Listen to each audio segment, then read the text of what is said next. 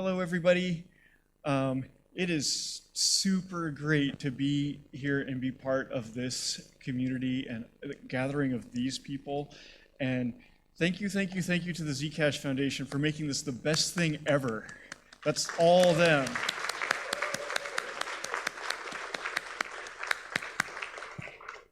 And I love you guys. I love the people, and it's a beautiful environment to have a meeting like this. It's so warm and tropical, and boy, am I glad to be out of that zebra suit. So I wear many hats. I'm a member of the community. I'm a member of multiple communities. And today, I'm addressing you as taking off my zebra hat and putting on my CEO hat. Oh, good, there's a timer right there. Okay. I'm the CEO of the Electric Coin Company, and our mission, everyone's mission in the Electric Coin Company, is to empower the entire world with economic freedom and opportunity. And my job is to make the hard decisions, and such as how to spend the money that the community has granted to us. So my goal here is to show you something about our resources and what our options are and where we're leaning. And we've already put out a transparency report that contains a lot of information, but this is going to go further.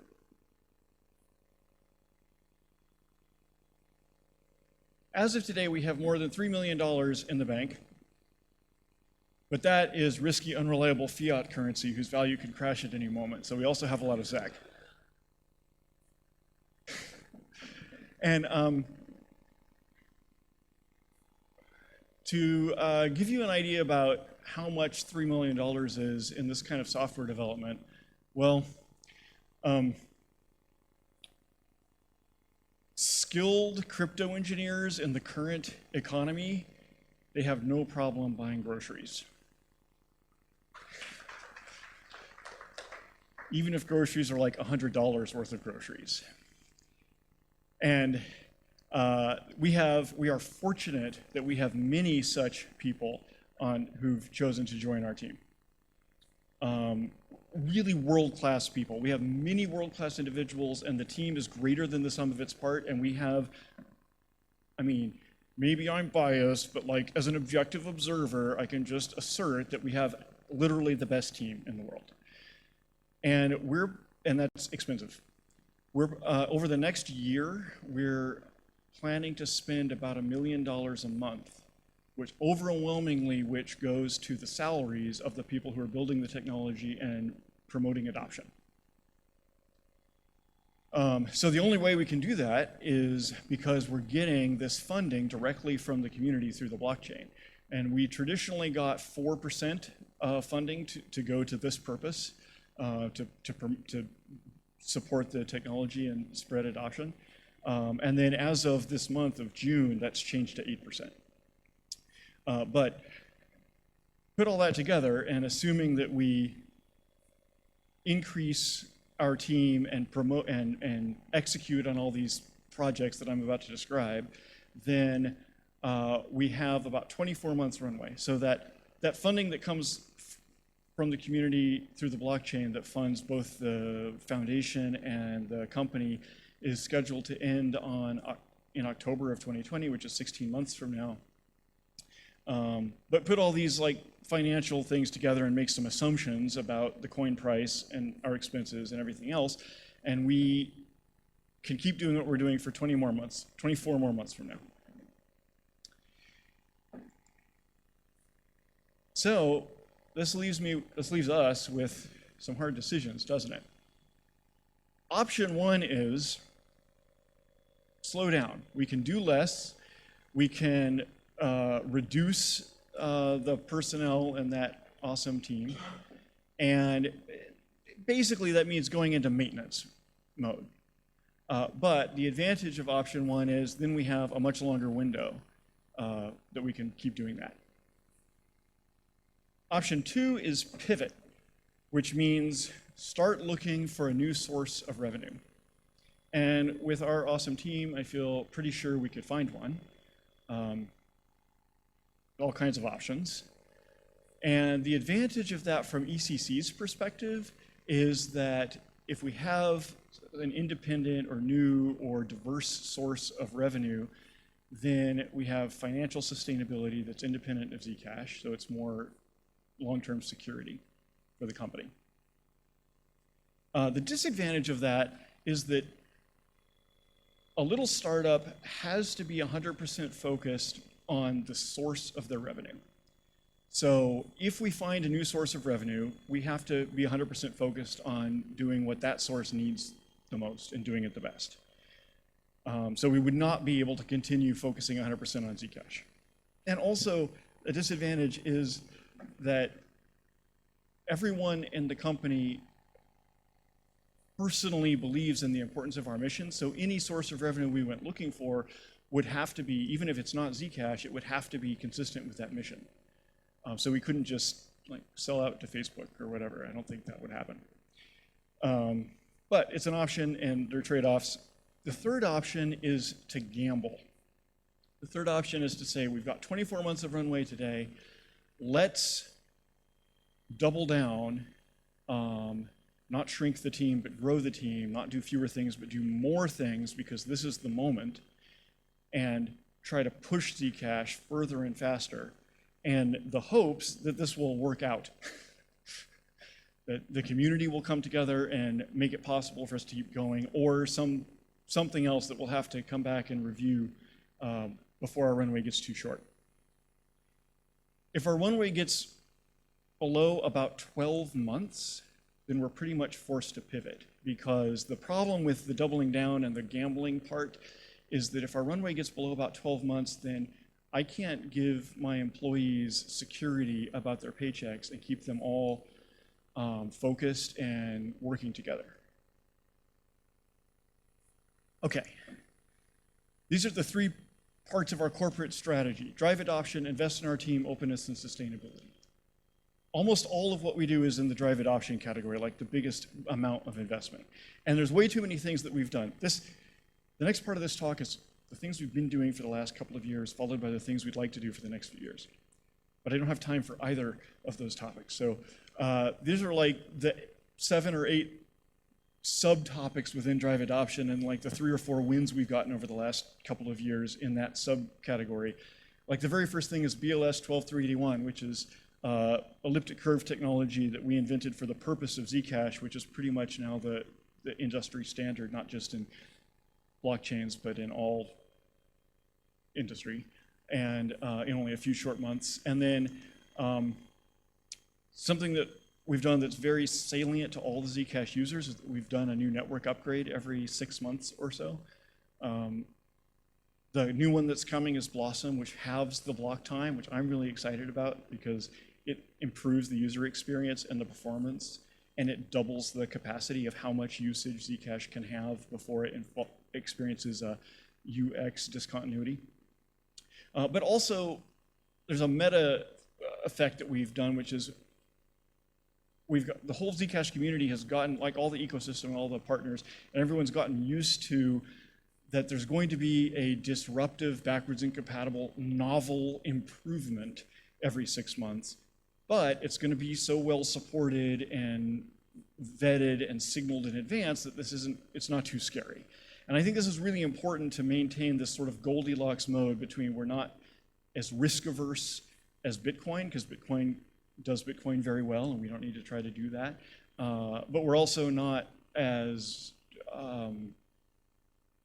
unstable or as scary as some other things. Something else that we do, by the way, this is in the drive adoption category, because the reason for all of the technology and all of everything that we do in this is to get the technology into the hands of people, because the purpose isn't to have the best technology, it's to have the best technology in the hands of the people, because that's the only way to empower people with economic freedom and opportunity. Something else we've done is work with exchanges around the world a lot. We've invested a lot of time and effort into this. And Zcash is literally probably the 5th or 6th most widely supported cryptocurrency in the world in terms of wallets and exchanges and custodians and so on and so forth. And that's no accident. It's because years ago we decided that was going to be a critical part of the strategy of getting it into people's hands. To be clear, we've never paid a listing fee because that feels wrong. There's some kind of like incentive misalignment or something in that. So we've never paid a listing fee. We've done marketing, co-marketing with exchanges, a whole lot of like free tech support. Like we will give you more and more tech support to keep you going. And it's been very successful. It's taken a lot of resources on our part. And then another thing that's super important is our regulatory outreach. We go to governments all around the world all the time. And it starts with education. Like the first thing you need to do whenever you talk to governments is explain to them about technology and how it works. Knowledge is the best antidote to fear. So that first step is really goes the longest way. But then we advocate for our vision that privacy is part of the social good. Privacy protects societies, it protects commerce, it's necessary for commerce, and it protects national security. That privacy is not their enemy. And we are sometimes successful with this. Zcash, thanks, I believe, in large part to our extensive educational efforts with the New York department. Zcash is one of about like 10 or so coins that is approved by the New York regulator for companies to serve to New Yorkers. And similarly, we've engaged with Europe and Singapore and all kinds of people. And that also takes a lot of our time and resources. And this is just one of the things. Investing in the team is not as salient to all of you, except for one thing you should know that we will be hiring, so watch our hiring page. And the other thing is to know that this takes a lot of time and money to make an environment where people can do their best work, where they can know how what they're doing connects to their mission that they're there for. That's not easy, and that's why it's 1/3 of our entire strategy is because it's necessary to the goal. And the last thing is openness and transparency, and this is very salient to this community. The first part of it is transparency, because I believe that transparency is necessary for good governance. People need information in order to make good decisions, in order to be able to monitor and evaluate and detect problems and everything. So we do a lot. We have AMAs, live streams, the transparency report. The vulnerability disclosure that we did was exceptional, that Bam Bam led and described in great detail. Well, he described the lessons we're trying to teach others from it, but I don't know if you realize, but once again, maybe I'm biased, but like we did the best job on that anyone has ever done, I'm pretty sure. It was really good, and it was really painful and risky, and there are many points in which a less principled organization would have chosen to downplay or withhold details out of fear, and we didn't. We err up very strongly on the side of transparency at every turn. Okay, here's what we're doing to help with governance. Like Nathan described in his speech a couple days ago, we have this idea of the governance ratchet where with every iteration we learn from the previous one and try to improve governance in terms of technical protocol decisions. But we're not going to take a wild leap into a hoped for utopia. We're just going to keep improving it in ways that we're pretty sure will improve at each step. So we're doing that with the ZIP process in collaboration with the foundation. The ZIP process, if you don't know, is how we document and communicate and decide on what new protocol features go into those regularly scheduled backwards incompatible upgrades. And then there's this 2 out of 2 multi-sig concept that Josh Cincinnati named, which is a governance experiment that I'm pretty enthusiastic about because I'm pretty sure it will actually work and actually be doable and not be a wild leap into some novel scheme. And that is to make control over the Zcash trademark be shared between the foundation and the company. We're working on the legal implementation of that to make it legally enforceable. But the effect, we already have an agreement in principle, and the effect will be that as long as the Zcash Foundation and the Electric Coin Company both agree that a certain thing counts as real genuine Zcash, then everyone in the world can use the trademark to refer to that thing. But if either the company or the foundation objects and says that is not real genuine Zcash, that has diverged from real genuine Zcash, then nobody in the world is allowed to use the trademark Zcash to refer to either of the competing alternatives as the real genuine Zcash. So if this goes into effect, then only something that is unanimously agreed between those two organizations can have the real genuine Zcash trademark. I think that's very interesting and will actually have kind of deep effects in the long run, and good ones. Okay, I better hurry. Oh, finally, supporting a Zcash community decision procedure. So the community has been talking about the ending of the Founders Reward and about the prospect of inventing a new dev fund on the forum. And at some point we said, well, A, we're really glad you're talking about it, and we're really glad you're talking about it now, because not only does the ECC need to have a runway and a view into the future to make its decisions, but so do miners and coin holders and exchanges, and everyone else in the whole ecosystem likes to have like as many months or years of heads up as they can about big changes. But B, we don't think we should be putting forward a proposal. I don't know if this was the right call, but I said, I think if I put forward a proposal and then everyone agreed on it, then we would be accused that the agreement was insincere or that I like took advantage of my bully pulpit by putting it forward. Therefore, I'm not going to put forward a proposal. And but we are like answering questions and putting forward as much information as we can about how Zcash has been developed so far and about ECC's operations, like the transparency report and like this. And we'll offer to implement whatever the community decides. So that's our current offer of support. Okay, like Sean Bo in the first day, I think I'll just try talking faster. So that was all the things we've been doing over the last couple of years. Here are all the things we're going to do over the next few years. There are too many. This one's actually going to be really important. Okay, all right, I got to talk about this one. So the thing is, regulation is coming for the crypto industry, and it's been coming slowly for many years, but it's about to start coming really fast for a couple of big reasons. And some of the ways that the crypto industry, like wallets and exchanges and custodians and everyone, they're going to be forced to accommodate the regulation in all countries, at least almost all countries.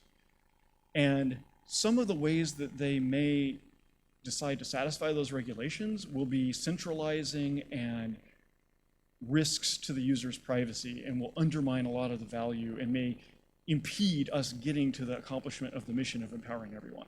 And view keys in Memo, which we designed and baked into Zcash many years ago, is a tool that can be used for a lot of different potential like apps that are built on top of the platform of Zcash. But one of the things you can build on it is a way to satisfy regulations in a way that's decentralized and privacy preserving. So anyway, that's one of 20 things that we're working on, and there's good reasons for it, and they tie into all the other reasons of our strategy, but I don't have time. I just want to mention that I think proof of stake is a good idea. This is very controversial, and a lot of people don't like it. So I want to mention it now so that you're not surprised if it comes up again later. But this is our current technical roadmap for the company, is to do research into proof of stake. And by the way, my actual opinion is a little more nuanced. I think that, I could be wrong, but I think that both proof of stake and proof of work have inherent features that the other one cannot emulate or achieve. So I think that a combination of two of them can do something that neither one alone can do. But that's just my current opinion.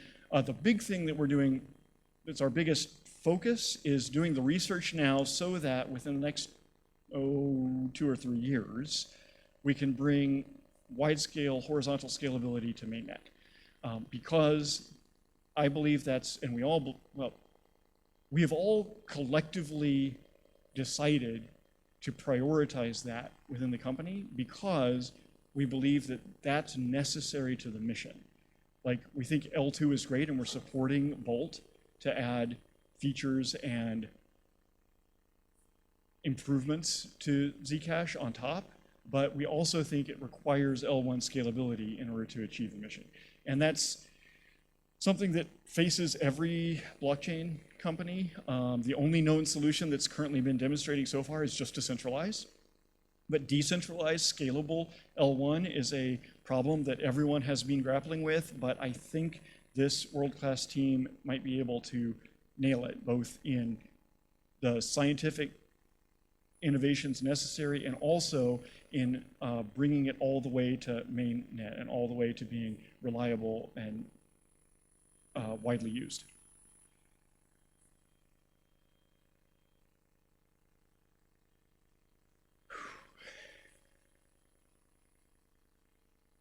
Oh yeah, this is social movement. In large part due to the Facebook Libra project, the turning point, the tipping point has finally happened where mainstream society and lawmakers and everyone wakes up to the fact that this technology could affect their society in the foreseeable future. And so there's a very important discussion that's now erupting in the rest of society about how we should allow this to affect us. And the Zcash community has a special voice, a special role to play, a voice in this conversation, because we understand the technological parts and we've actually implemented and deployed an alternative model. So people will listen to us because we're not just saying what we imagine, we're saying what we've actually already done and we're currently iterating on. And so there's an important part of our role is to speak up in that mainstream discussion in front of like regulators, not just regulators. Regulators are like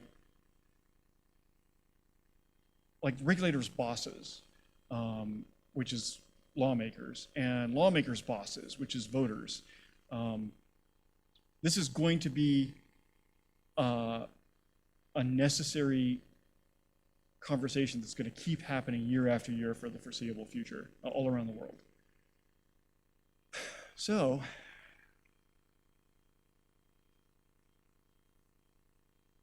the employees and management, founders and board of directors have been having some vigorous conversations, some serious conversations about the risks and the trade-offs in our options for the company and the future of the company.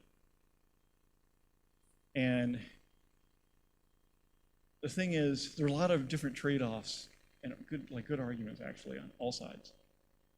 But from the point of view of the company, well, from the point of view of you know us, you know what's in our hearts, so I bet you can guess what we came up with. We're all in on Zec.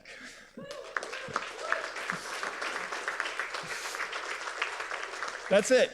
This is going to be great. All of us Zeals are all of us Zebras are in the Zeal together. And that's our whole plan. And I'm ready for questions.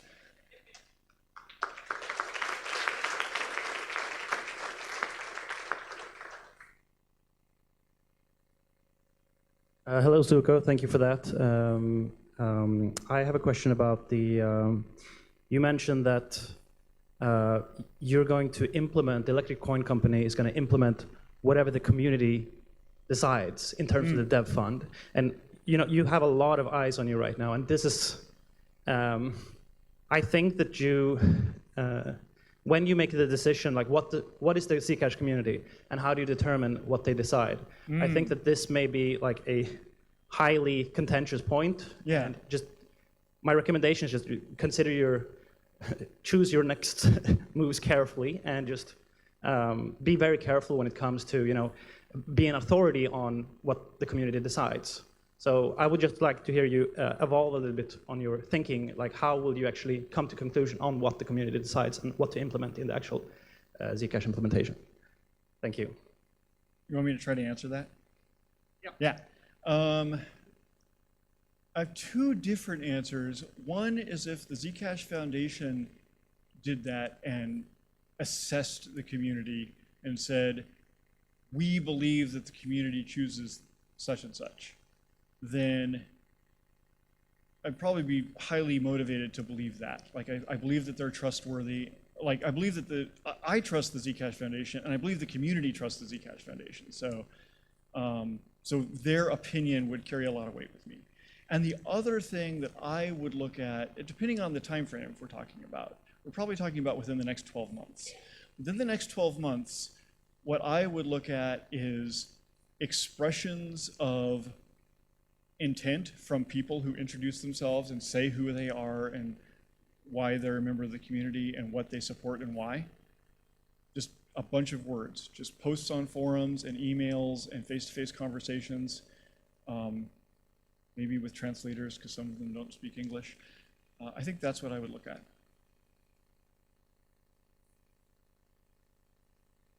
Yeah, so it's been an amazing journey. We've done some amazing things. We couldn't have done it without you. I'm kind of curious though, what do you think we could do better going forwards?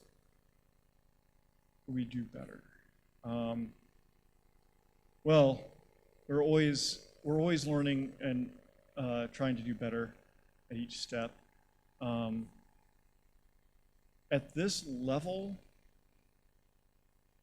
I don't know if I would call it better. I feel like this is actually the right time to make a bigger and more ambitious step, which is the L1 scalability plan.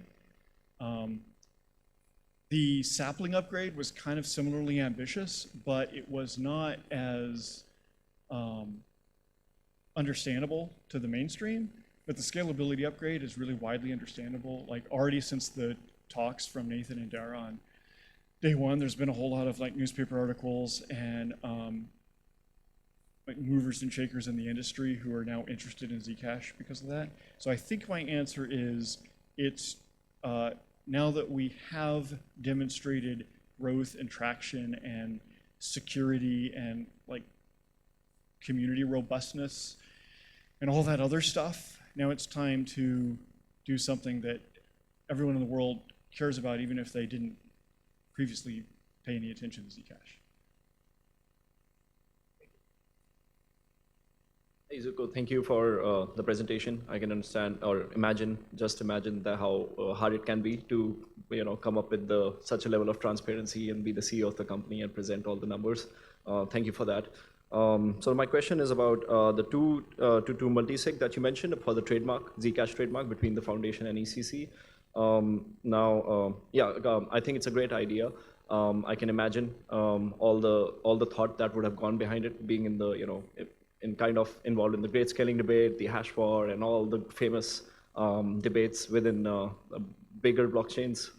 So I can imagine the reasoning behind it. But what would be the reasoning? What would be the harm of just leaving it to the foundation and not having the electric coin company in that?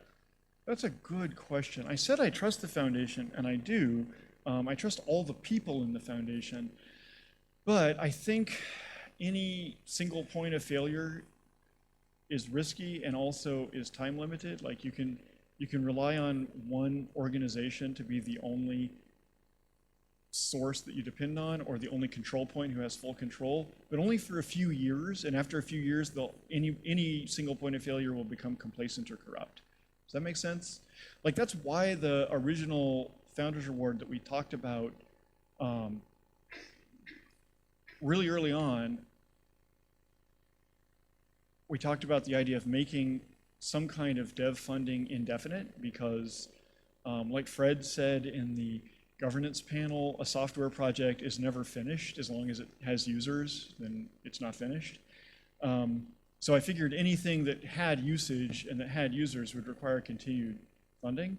But the only thing we knew how to do back then was just bake in funding to one target. And I figured any single target should not have indefinite duration or it can become complacent or corrupt.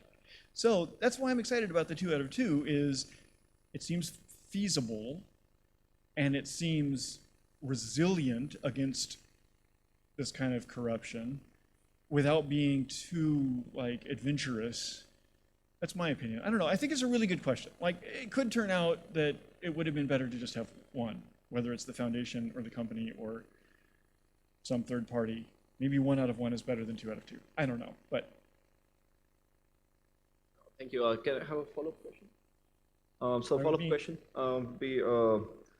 so have you considered or have there been any more discussions or progress in how to make the process of electing members of the foundation more democratic? So then this also takes care of, these kind of concerns, having 2 out of 2 or 1 point of failure. electing members of the foundation, like the board, or Yeah, I remember there was some experiment about it Yeah, at yeah. Zcon Zero. yeah, the Zcon Zero. Yeah, so I was wondering if there That was was been more awesome. progress about the. I love that way it is. experiment. Well, that's a question for Josh Cincinnati, who's up next. Okay, thank I you. don't know. Thank you, Zooko. Okay, so the original Founders Reward, assuming block heights at the right time, runs out in October 2020. NU4 is due to activate in October 2020. The ZIP submission deadline for NU4 is the end of August, so 2 months. Is that enough time to get feedback from Oh, the community? no, that's the submission deadline, but not the selection deadline. Yes, but is that enough time to collect submissions from the community and I don't know if it's enough time, because I don't know what's the process. We have a meta problem here. It was Lane Reddig and the governance panel who said there could be a coordination failure where there's like 10 people and all 10 of them want the same thing, but none of them know whose job it is to take the next step, so the thing doesn't happen. So I'm really worried about that part, like whose job is it to figure out how the community makes decisions? I've already raised my hand and said it's not my job, and maybe that was wrong, I'm not sure. Anyway, so I don't know how long it takes or what the process is, but I would turn the question around and say this. The original Founders Reward is going to end in October 2020. There's no question about that. Any new protocol that we have baked into the core protocol will activate in October of 2020 if we've used the ZIP process and the 2 out of 2 multi-sig process to agree to it by October of this year. I consider those constraints, like it's not that the community has to do a certain thing, it's that they have to either, how do I put this? Like it's not that we have to make decisions by October of 2019, it's that if we want everyone in the ecosystem to have 12 months to integrate and do all our security auditing and our testing and our rollout process, then it takes 12 months. So, struggling to say, like, you can make other choices, it's just, those have other consequences. So for example, the community cannot make a decision or can choose to defund development in NU4 because that's the decision they're up to in October of 2019. What that means is that any other network upgrades or funding schemes would have to go into NU5, whose deadline is March of 2020. Yeah.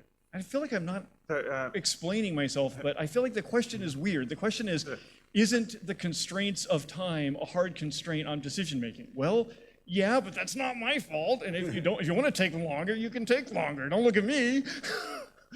I guess I was partly wanting the question to prompt people to say, you've only got 2 months to submit. So. Oh, okay.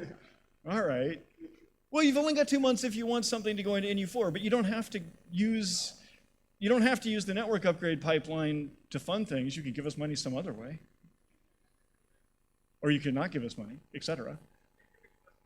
Right. If anything that's going to go into the consensus rules, it really ought to be decided by October because there are really solid reasons why we don't make consensus rule changes without the security auditing and the public request for comment period and the enterprise or the partner like bake-in period and all that. Like all of those things are there for a reason that we've learned over the last 3 iterations. And so I would say if that doesn't fit your schedule, then rather than risk the security or the vetting or the partner rollout period, like work around it in some other way, if that makes sense. All right, that was a really long answer to that question. Yeah, it was a good answer though, and a good question there. So my question is more kind of there's now a point of contention, I think, like in terms of using still transparent addresses and transactions within the Zcash protocol, right? It was meant as a way of adoption because that's what people are known for and like they're familiar with. But at this point, there is already like several wallets that actually supports shielded addresses in a way that is almost seemingly equivalent to clicking a button and sending a transparent address transaction. So the question is kind of, but then this point of still using transparent addresses is now becoming a point of kind of opposition for some members of other communities or society. Yeah. So the question is: this in the roadmap? When is it going to be dropped? Like, well, we the community saw it as a privacy coin. So, I'm not really in favor of. So what we do is just decide what software we'll support. So what the ECC has, we can use that lever in interesting ways. Like we can say, hey, everybody, we're not going to support software if that software supports T addresses, right? But I'm not really in favor of doing that anytime soon because even though there are a couple of wallets, they're very like small, new, little used wallets. All of the major wallets don't support Z addresses at all. None of the exchanges support Z addresses, et cetera, et cetera. And I think that's going to change. That's one of the things that I didn't have time to go into is how we work on that. We invest a lot of our time and effort and person power trying to help that change. And it takes forever, but that's actually totally expected because we were so successful with the T address-based launch of Zcash 2 years ago that gives us a backwards compatibility like inertia problem that takes probably 2 years to overcome, in my opinion. So the bottom line is, I think it's a mistake to use the threat of ceasing to support T addresses as a way to motivate people to support Z addresses. It might work, I don't know, but mostly I think everyone wants to support Z addresses, but it takes years of effort because they have 100 other priorities and they need libraries that we don't have. It has to be written in C instead of Rust or whatever, which I think is actually a mistake, but it's a lot of work and time. However, the scalability mission, the goal, the like moonshot project of scalability actually might interact with that and preempt it a little bit because there's no reasonable way to support T addresses in a scalable blockchain, right? So that might be a convenient thing, which is fortunately 2 or 3 years, Yeah, right. That's true. So it's also just convenient. Like it'll be a lot nicer in lots of ways if there's only one thing. One thing is so much fewer than 2 things. But yeah, we can't support Bitcoin script at all in a scalable blockchain, as far as we figure. Anyway, so and that's at a time frame that it might be okay. I don't know. It might kind of trigger another backlash. Like you were saying, there's a backlash of like other projects criticizing us, like the 100th thing that they found to criticize us about in the last 2 years is that we have T addresses. Well, actually, I don't want to be dismissive about that. There is something that actually really does. We really deserve criticism for having T addresses, which is that users don't understand the difference. That's a really good reason to continue pushing as fast as possible. But my question is whether it's faster to encourage people to adopt Z addresses or to discourage them from continuing T addresses, like carrot and stick. But because of the scalability plan, I think we're going to end up bringing in the stick in like about 3 years from now. So. But we've been doing the carrot for like about 12 months, because we waited until sapling deployed before we really started dangling the carrot. Okay, another long answer to a good question. Next. So the zero-knowledge implementations and circuits that developed by ECC are currently being used by several other projects. I think very likely will be integrated by several more. And so it seems like there are 2 obvious strategies for ECC to take. With regards to this, one, finding other ways to differentiate Zcash and to somehow working symbiotically with these projects to sustain yourself. I don't think they're mutually exclusive, and you talked about the one side with scaling and such and your paths for the future. I'm wondering if you've thought at all about the other way, working with other projects in a manner that's not like a traditional consultancy contracting model. Okay, hold on. Are you talking about for ECC to pay our paychecks or for the Zcash community to advance our mission? About both. Okay, well, they're different. For ECC to pay our paychecks, we certainly could do work with other projects. But the drawback of that is then we have to prioritize them, and we can't prioritize Zcash 100% anymore. For Zcash to advance our mission, because for the foreseeable future, well, for at least 12 months, so we have a 24-month runway. And if our runway falls below 12 months, then we're pretty much forced to pivot. So depending on the coin price and a whole bunch of factors that go into this prediction model, we have 24 months, which means currently I'm not going to think about alternative ways to get revenue for now so that I can just focus on Zcash's mission. But in that perspective, for Zcash's mission, differentiating Zcash from other alternatives that have copied our technology is a good effect of the scalable layer 1, right? Like, the reason for it is that I think it's necessary to empower everyone. Like, the everyone in everyone means scalable. But but a really great part about it that I kind of alluded to when I was talking is that just by announcing that this is our priority, that causes a whole bunch of people who just had Zcash in the privacy coin box to start thinking of it as potentially a contender for something more interesting to them than privacy coin. Because most people are not interested in the privacy coin box. So that's my first answer for differentiation. My other answer is this one that I didn't have time to mention. There's been some really great progress. There was a workshop with Matt Mwongo and James Prestwich here. This is in the 2020 category, but I wouldn't be. Okay, it probably won't happen in 2019, but by 2020, I think we'll actually get pegged sidechains so that there's economic interop between Ethereum and Zcash, and possibly also between other blockchains and Zcash. So you ask two questions, both of which are on my favorite list of things that we're currently working on.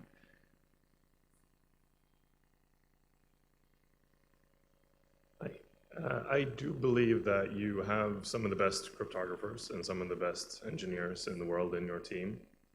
But how do you expect, if there is a secondary implementation, for that other team to be able to keep up with you, let alone outperform you and innovate alongside you? You mean the Parity Zebra, Zcash Foundation For Zebra instance. project? Well, they have a lot of great people on their team too now, but fewer.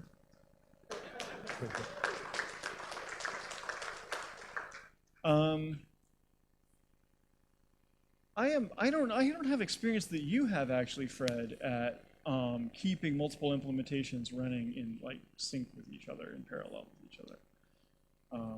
I imagine it's doable. I hope that the sort of cadence that we've established in the zip process, I mean, the part of the reason the zip process is designed like it is to facilitate that. I don't know. You want to tell us your opinion, since it's one of those loaded questions like Dara's? What were you really trying to say? Well, this is really to the foundation, right? Because they're now the maintainers of this software. But I mean, you are looking for funding for an amazing team.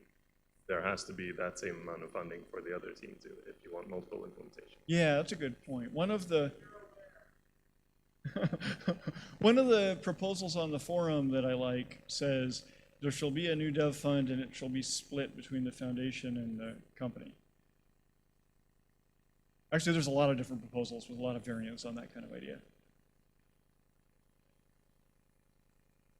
Yeah, for shared code, which has good and bad aspects, Dara says, and I agree.